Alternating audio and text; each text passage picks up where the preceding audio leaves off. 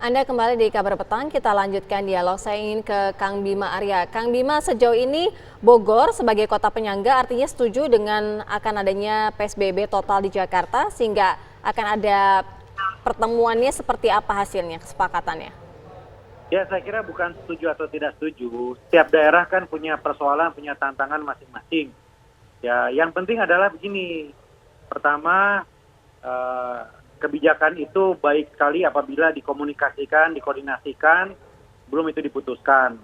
Ya, itu pertama. Yang kedua, Kota Bogor kan dinamikanya juga belum tentu sama semua. Ya, belum tentu kita cocok untuk memberlakukan PSBB secara total. Gitu. Nah, kita selama hampir 2 minggu sudah memberlakukan pembatasan sosial berskala mikro dan komunitas, memberlakukan jam malam.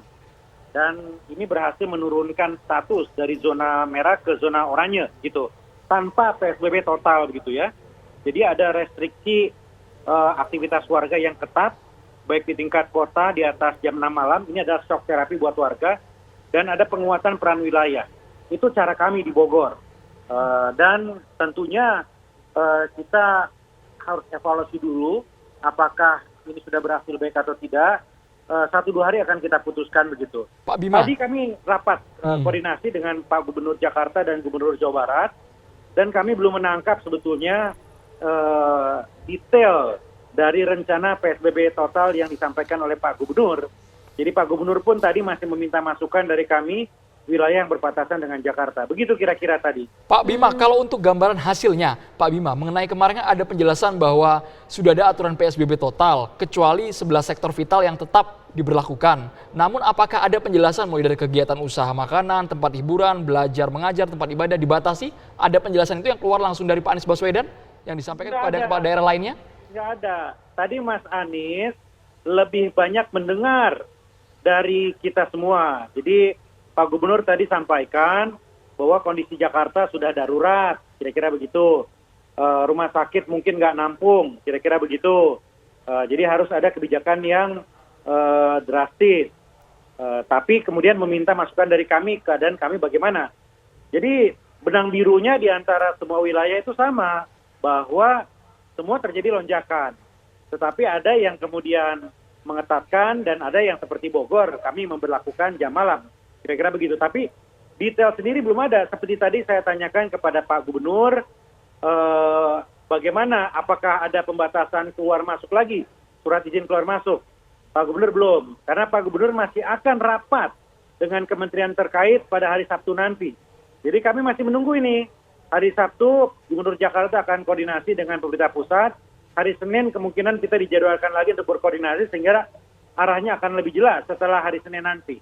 Oke, Kang Bima, kalau dari hasil pertemuan tadi, apakah ini artinya perencanaan PSBB total sudah dimatangkan, direncanakan, atau memang baru diputuskan secara mendadak?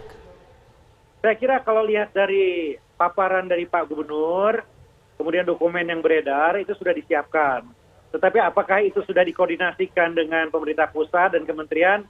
Ya, saya kira Pak Gubernur yang bisa menjawab itu. Baik, tapi singkat saja, Kang Bima, kalau menurut Anda sendiri apakah Anda sepakat akan mengikuti aturan dari pusat atau disesuaikan dengan persoalan dinamika di daerah masing-masing? Kalau Kang Bima melihat keputusan Anies ini mau ikut Bogor, atau enggak? Kita akan lihat dinamika kami. Oke. Ya, kami kuncinya itu adalah kolaborasi dan penguatan protokol kesehatan. Saya barusan bertemu dengan para pengelola warung kopi, kami cari formulasi yang pas untuk semua lah. Jadi kita nggak main misalnya tutup total, larang total, enggak.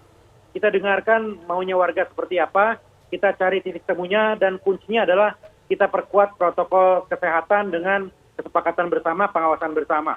Oke, saya ke Prof. Ari. Prof. Ari, apa yang kurang dari PSBB transisi sehingga harus dipindahkan atau berganti ke PSBB total? Ya, kurangnya adalah law enforcement, ya, artinya law enforcement itu yang tidak ditegakkan dengan sebenar-benarnya. Artinya tadi misalnya kita bicara soal protokol kesehatan, ya kan, ya kita bisa lihatlah ya sepanjang jalan itu misalnya orang dengan seenaknya aja tidak menggunakan masker misalnya. Oke, kita lihat ada razia-razia, ya mungkin yang dirazia itu yang diekspos, tapi yang tidak dirazia bagaimana misalnya kan.